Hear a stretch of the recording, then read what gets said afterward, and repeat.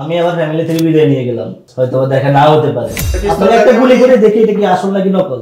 ট্যাঙ্কের মুখে ছিলাম আমি, প্রায় অন্তত 50 থেকে 60টা ছিল। ছড়া বুলেট বাদ দিয়ে কিন্তু ডাইরেক্ট বুলেট চুরি করছে। এখনো 2টা আছে স্টেল নাও। আপনার কয়েক মিনিট পর পরে 10-12 জন, কয়েক মিনিট পর পরে কিন্তু 10-12 জন করে আসছে। আমার তো এগুলো ফুলে গেছে একদম। ছাত্রলীগ এমনকি যুবলীগ কিন্তু হসপিটালে কিন্তু পিস্তল নিয়ে দাঁড়িয়েছিল। দৈনিক সংগ্রামের ডিজিটাল প্ল্যাটফর্মে স্বাগত জানাচ্ছি আমি ইব্রাহিম খলিল। আজ আমরা বিশেষ অনুষ্ঠানে মিলিত হয়েছি।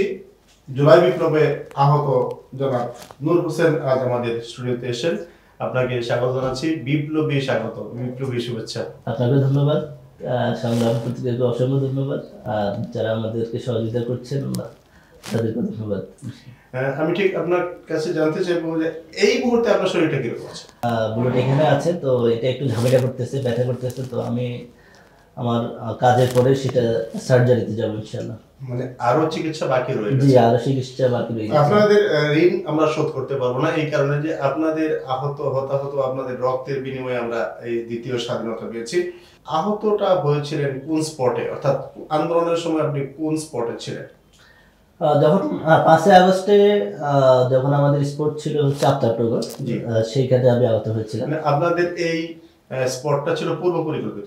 জি, আমাদের আগ থেকে নির্ধারিত ছিল যে কে কোন স্পটে যাবে, কে কোন স্পটে কাজ করবে, বা কে কোন দিকে যাবে, কে কোন দিকে নেতৃত্ব দিবে, সেটাই সেই অনুপাতে আমাদের হাতিঝিল পূর্ব যেটা থানা ছিল সেটা হচ্ছে আমরা আফতাবনগরে আমাদের স্পট ছিল, সেখানে আমরা কাজ করছি, সেখানেই আমি আহত হয়েছিল। পরিবেশ তো এর আগ থেকে অনেক কিন্তু থমথমে বিরাজ, আর হচ্ছে যখন কারফিউ ছিল তখন আমাদের মূল টার্গেট যেটা সেটা হচ্ছে আমাদেরকে স্পটে পৌঁছাতে হবে যেভাবে হোক, কারণ যে কোনো মুহূর্তে যে কোনো জায়গা থেকে যখন একটা দায়িত্ব আসে সেই দায়িত্বকে কিন্তু অবহেলা করার কোনো সুযোগ নেই। বাসার লোকজন জানতো কি না যে আপনি আন্দোলন যাচ্ছেন? জি, সেটা তো অবশ্যই, কারণ আমাদের বাসার সবাই কিন্তু আন্দোলনমুখী। আচ্ছা আচ্ছা।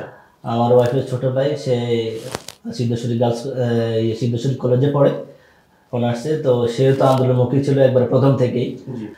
5 আগস্ট ধরুন 8টা 8:30 থেকে বেরিয়েছি, আমি আমার ফ্যামিলি থেকে বিদায় নিয়ে গেলাম। আচ্ছা আচ্ছা। হয়তো দেখা না হতে পারে। তো জানে বের হওয়ার পরে আমরা দেখলাম যে একটু মৃদু মৃদু বৃষ্টি ছিল, হালকা বৃষ্টি ছিল।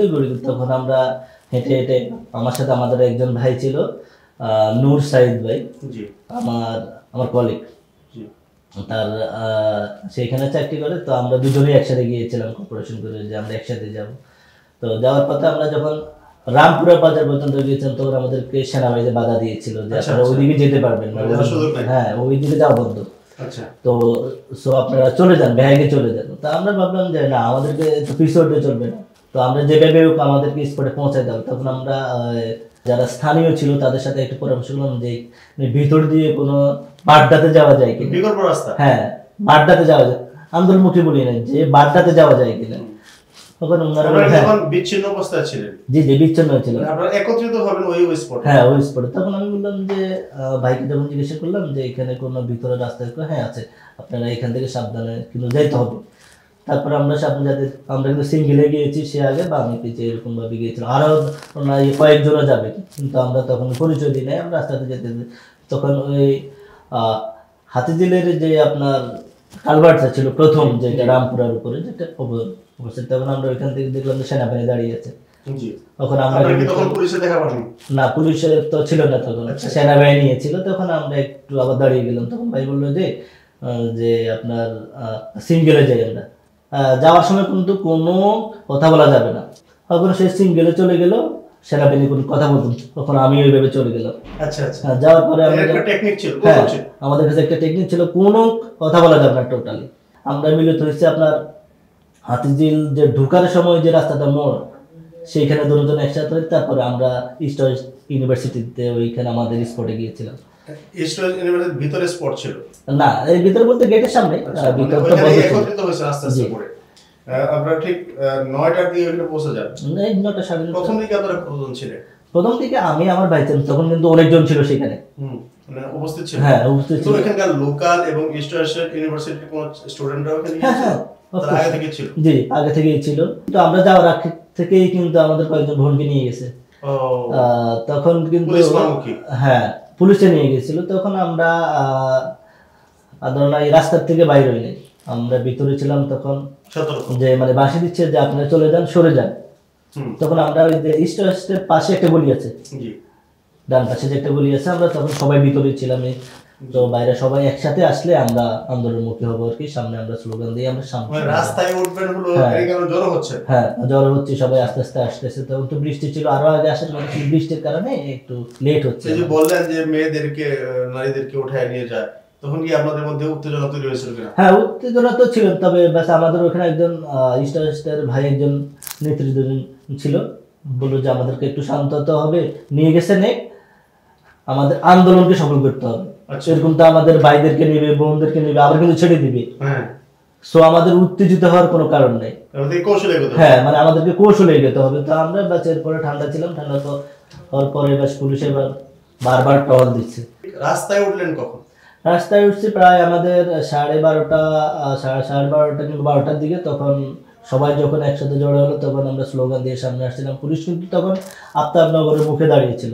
আচ্ছা, যখন আমরা উঠছি রাস্তায়, আমরা যখন আপনার কথা বলছিলাম, স্লোগান দিচ্ছিলাম, তখন কিন্তু পুলিশ কিন্তু দেখছে আমাদেরকে জি, মানে তখন ওনারা বলতেছে যে মানে হাত দিয়ে দেখাচ্ছে যাও যাও। তখন আমরা আর কিছু বলি না। তখন আমাদের যারা নেতৃত্ব দিয়েছিল তা বললো যে আপনারা আমাদেরকে ছেড়ে দিন, আমরা চলে যাই। আচ্ছা, ওনারা বললো হ্যাঁ আমরা চলে যাই, আপনারা আমাদেরকে ছেড়ে দেন। তখন আমাদেরকে দেয়, তখন যাই শেষ মুহূর্তে আপনার ধরেন না ইট পাটকেল বা ধরেন ওনার গুলি ছাড়া আমাদের যখন আশেপাশে গলি ছিল, পুলিশ ওদিকে ঢুকে কয়েকজন বাইকে অ্যারেস্ট করলো। যখন গুলি ছিল, এটাই তো 12:30 রাস্তায় উঠলাম। মানে মূলত আপনারা আন্দোলনটা শুরু করেন রাস্তায় উঠে যান হলো 12টার দিকে। হ্যাঁ, পুলিশের বাধা অতিক্রম করে। হ্যাঁ, সেনাবাহিনীর বাধা অতিক্রম, মানে অনুরোধ বাধা সব অতিক্রম করে আপনারা রাস্তায় উঠে যান 12টার দিকে। 12টার দিকে। ওখানে ছাত্রলীগের ভূমিকাটা কি ছিল? ছাত্রলীগের তো ভূমিকা হচ্ছে, এখানে তো সবখানেই তো ছাত্রলীগ আছে পুলিশের সাথে। তো মানে পুলিশের আগেই ওরা কিন্তু গুলি ছড়ে। তো সেই হিসাবে তো ওরা তো ভূমিকা থাকবেই। হ্যাঁ, আগ্রাসী ভূমিকা, মানে ধরেন না মানুষ মারার ভূমিকা এটাকে বলে। জুলুমবাজের মতো যারা মানে গুলি করতেছে কোনো মায়া দড়া ছাড়াই। আমার আহত হওয়ার অল্প যখন আপনার গোলাগুলি শুরু হলো, তখন পুলিশ কিন্তু আপনার ছড়া বুলেট মারলো, বা মারতে মারতে যখন আমাদের এক পর্যায়ে পায় এরকম চলে 1.5 ঘন্টার ভিতরের মতো চলে। 1টার দিকে যখন আপনার ধাওয়া পাল্টা দেওয়া চলে, তখন পুলিশ আস্তে আস্তে পিছু হটতে শুরু করছে। তখন আমরাও কিন্তু সামনেই যাচ্ছি, মানে পুলিশ হচ্ছে আপনারা আমরাই গেছি। তখন কিন্তু পুলিশ কিন্তু আর কিন্তু গুলি করছে না। তখন আমরা পুলিশের সাথে কথা বলতেছি যে ওনারা বললো যে আপনারা চলে যান, আমরা চলে যাচ্ছি। এইভাবে যখন ঘুরার সাথে সাথে কিন্তু আমাদেরকে পুলিশ গুলি করে দিয়েছে, যিনি ট্যাঙ্কে ছিলেন। ট্যাঙ্কের মুখে ছিলাম আমি। আচ্ছা আচ্ছা, এই ট্যাঙ্কের মুখে থাকার কারণে আমার এখানে ঠাস করে গুলি এসে পড়ে।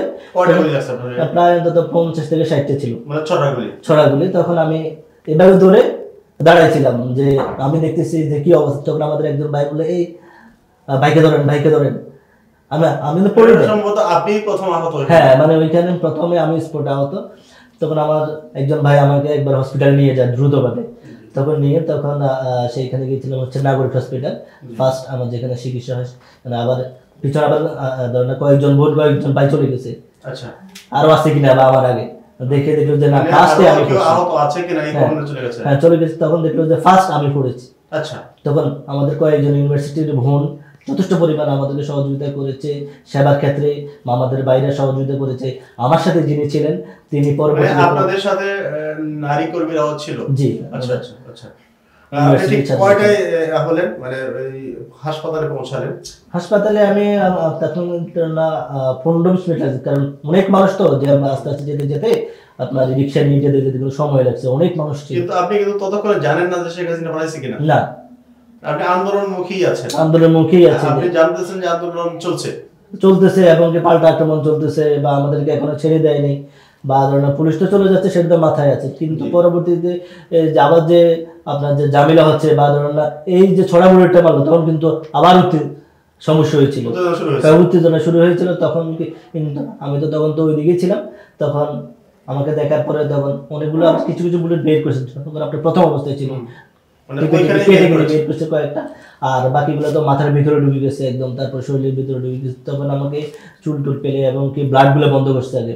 আচ্ছা, ব্লাডগুলো ব্লাড শেডিং বন্ধ করে হ্যাঁ মানে আমাকে স্যালাইন দিল, তারপর ইঞ্জেকশন দিয়ে আমাকে বেডে শুয়ে, এরপর থেকেই আপনার কয়েক মিনিট পর পরে 10-12 জন, কয়েক মিনিট পর পরে কিন্তু 10-12 জন করে আসছে। মানে তখন এটা শুরু হয়েছে, হ্যাঁ তখন কিন্তু আবার ওই যে যখন আক্রমণ শুরু করেছে পুলিশ, হ্যাঁ গুলি করছে, হ্যাঁ তখন কিন্তু এলেফাতে একবারে গুলি করছে, একবারে সবাইকে একসাথে। আচ্ছা, তখন আবার কিন্তু মানে এত উত্তেজিত হয়ে পড়ছে, মানে সব দিকে এখন আরো বেশি হাঙ্গামা শুরু হয়ে গেছে।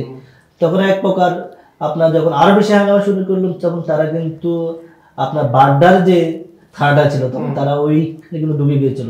আমাদের ভাইদের হাতে তো আসলে তো কিছু ছিল না, ওনারা কিন্তু তখন কিন্তু ছড়া বুলেট বাদ দিয়ে কিন্তু ডাইরেক্ট বুলেট শুরু করছে। আচ্ছা, তখন যাই শুনেছি আর কি, ধরেন না মানে আমাকে যখন স্যালাইন বা মানে আমার যখন একটু শরীরটা একটু ভালো লাগতেছিল, তখন মানে শুনলাম আর কি কয়েকজন ভাই মারা গেছে।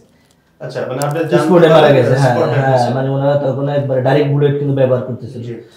তখন ব্যাস এরপরে মানে আস্তে আস্তে খবর শুনলাম যে আরো অনেকজন ভাই তো আসতেছে।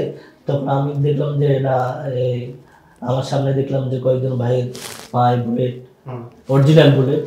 তো মানে ইমিডিয়েটলি এত মানে ধরুন খারাপ অবস্থা, তখন তাৎক্ষণিকভাবে ওনাদেরকে শুধু ব্লাডটা শুধু ইয়ে করে অন্য জায়গায় ট্রান্সফার করা, ঢাকা মেডিকেলে পাঠিয়ে দিছে।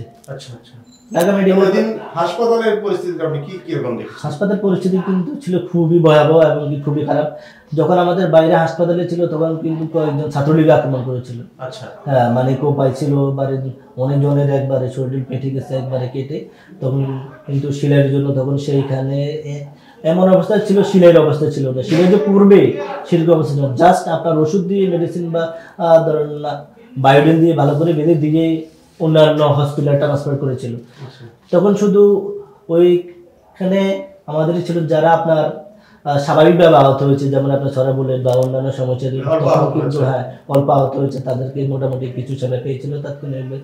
এরপর থেকে যখন আমি 2টা কিংবা 2:30টার পর থেকে খবর শুনলাম যে মানে হাসিনা পালাইছে। হ্যাঁ তখন হাসিনা পালাইছে, হাসপাতালে বেডে শুয়ে। আচ্ছা, তখন ওই যে আনন্দ চিত্তে আমার অনেক কিন্তু কান্না আসছিল তখন, যে এত সংগ্রাম, হ্যাঁ আনন্দ অশ্রু যাকে বলে সফল হলো। যাই হোক, তখন আমাদের ভাইদের রক্তের বিনিময়ে আমাদের আরেকবার দেশ আমরা স্বাধীন করতে পেরেছি, আর একটা জালিমের হাত থেকে আমরা দেশ আড়াইটা এরকম হবে খাওয়া, তো এগুলো ফুলে গেছে একদম। কথা বলা আমার এত স্পষ্ট ছিল না আমার কথাবার্তা। তো যেহেতু ট্যাঙ্কের কাছে ছিলেন, খুব কাছে থেকে গুলি হলো, হ্যাঁ একবার এখান থেকে এইভাবে গেছিল আমার। তো হ্যাঁ কিন্তু স্পষ্ট করে আমি কিন্তু কথা বলতে পারতাম না, একদম ফুলে গেছে। তখন আমার ফ্যামিলি আসলো, ফ্যামিলি এসে বললো যে আমরা ইনসাফ বারাকাতে নিয়ে যাব। তো আমাদের ইনসাফ বারাকায় আমরা এখান থেকে যখন অ্যাম্বুলেন্স খবর দিই, তখন কিন্তু অ্যাম্বুলেন্স আসতে পারে ঝামেলা থাকার কারণে, হ্যাঁ পরিস্থিতি এত খারাপ ছিল, তখন কিন্তু আসতে পারে। তখন আমরা সন্ধ্যার পরে অটো নিয়ে আমরা হসপিটালে চলে আসি ইনসাফ বারাকাতে। জি, এইখানে কয়দিন ছিলেন? এখানে প্রায় তো আপনার সার্জারি হওয়ার পর থেকে প্রায় অন্তত 10-12 দিন ছিল। যে ওইখানে তবে মানে সুক্রিয়া সেটা হচ্ছে মানে অনেক হসপিটাল তো আছে, মানে এই আন্দোলনে যারা আহত হয়েছে গুলি কেউ কিন্তু ভর্তি নিতে চায় না। তবে মানে ব্যতিক্রম একটা দেখলাম যে আমাদের ইনসাফ বারাকায় কিন্তু রিস্ক নিয়ে কাজ করেছে। তো মানে সেইখানে ডাক্তার যারা ছিলেন, প্রথম অবস্থায় আমার চিকিৎসা করেছিলেন শেখ সাদির, সরকারি ডাক্তার। তখন কিন্তু উনি একজন সরকারি ডাক্তার, কিন্তু তারপরে উনি রিস্ক নিয়ে কাজ করেছেন। উনি বললো যে আমার যাই হোক হবে, প্রয়োজনে যদি সরকার আবার চলে আসে, প্রয়োজনে আমাকে ট্রান্সফার করে বান্ধব খাগড়া চড়ি, ডোন্ট কেয়ার। উনি ওইগুলো উপেক্ষা করেই কিন্তু ফার্স্ট আমাকে ট্রিটমেন্ট দিয়েছিলেন। তবে ট্রিটমেন্ট দেওয়ার পরে স্যারে বললো যে মানে প্রাথমিক অবস্থায় ট্রিটমেন্ট দেওয়ার পরে আমাকে বেডে দিল। তো বেডে স্যারে এগুলো দেখাশোনা করছিল।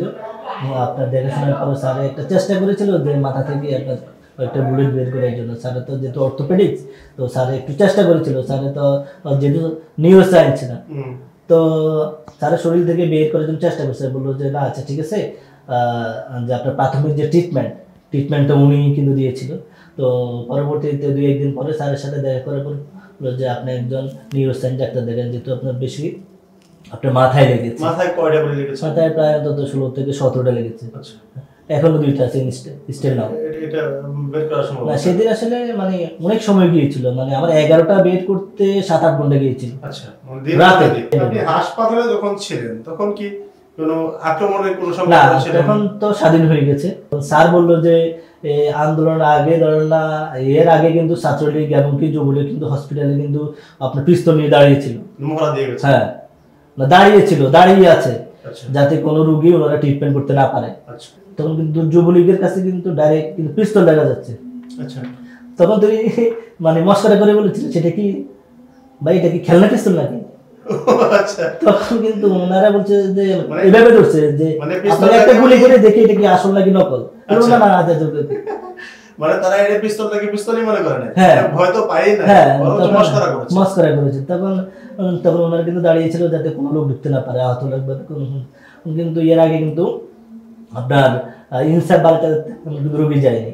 আচ্ছা, 5ই আগস্ট যেদিন, সেদিন আমার থেকে শুরু হয়েছে কয়েকজন যাওয়া। মানে আপনি তো প্রথম আহত। হ্যাঁ, এই কাছাকাছি কাছাকাছি আমার এই মকবুল। তখন শেখ সাদিউল স্যার আসলে ভালো একটা সাহসী কিন্তু মনের সাথে দিয়ে কিন্তু সামনে আমাদের ট্রিটমেন্ট করে। হ্যাঁ, আহত অবস্থায় যে আমার ওয়ার্ডের, তারপরে মহানগরীর যা আমাদের ভাইরা ছিলেন, দায়িত্বশীল ছিলেন, তখন আমাদের আমি থানা সেক্রেটারি বা আমাদের ওয়ার্ডের বাইরে বা আমাদের মহানগরীর যারা ছিলেন, তখন কিন্তু অনেকজন আমাদেরকে দেখতে গিয়েছিলেন এবং যথেষ্ট পরিমাণ সহযোগিতা করেছিলেন যে কোনো সমস্যা আমাদের। আপনাদের রক্তের বিনিময়ে এই দেশ স্বাধীন হয়েছে, কেমন বাংলাদেশ দেখতে চান? আমরা তো আসলে দেশ স্বাধীন হয়েছে সেটা বলবো না, জাস্ট একটা নতুন একটা প্রজন্ম তৈরি হয়েছে। তবে আমাদের দেশ তখন আমাদের থেকে ভালো লাগবে যখন আমরা একটা ইসলামিক রাষ্ট্র আমরা যখন একটা প্রতিষ্ঠিত করতে পারবো, সবার মাঝে সবার যে অধিকার, মানে বৈষম্যহীন। হ্যাঁ বৈষম্যহীন, যাতে আমরা একটা দেশ যাতে আমরা প্রতিষ্ঠিত করতে পারি ইসলাম অনুযায়ী। আমি আপনার আপনার যত অধিকার বা আমার যত অধিকার, মানুষের যত অধিকার আছে, সবাই যাতে সেই অধিকার যাতে ফিরে পায়, তখন একটা ইসলামী রাষ্ট্র যখন কায়েম হবে, তখন আমাদের মূল বিজয় আমাদের অর্জন হবে। আপনাকে কৃতজ্ঞতা জানাচ্ছি দৈনিক সংগ্রামে স্টুডিওতে আসার জন্য। আপনাকেও ধন্যবাদ জানাচ্ছি আসলে দৈনিক সংগ্রামে আমাদেরকে ডাকার জন্য। সুপ্রিয় দর্শক, এখানে শেষ করছি আমাদের বিশেষ অনুষ্ঠান। আপনারা দেখতে থাকুন দৈনিক সংগ্রাম ডিজিটাল। আল্লাহ হাফেজ।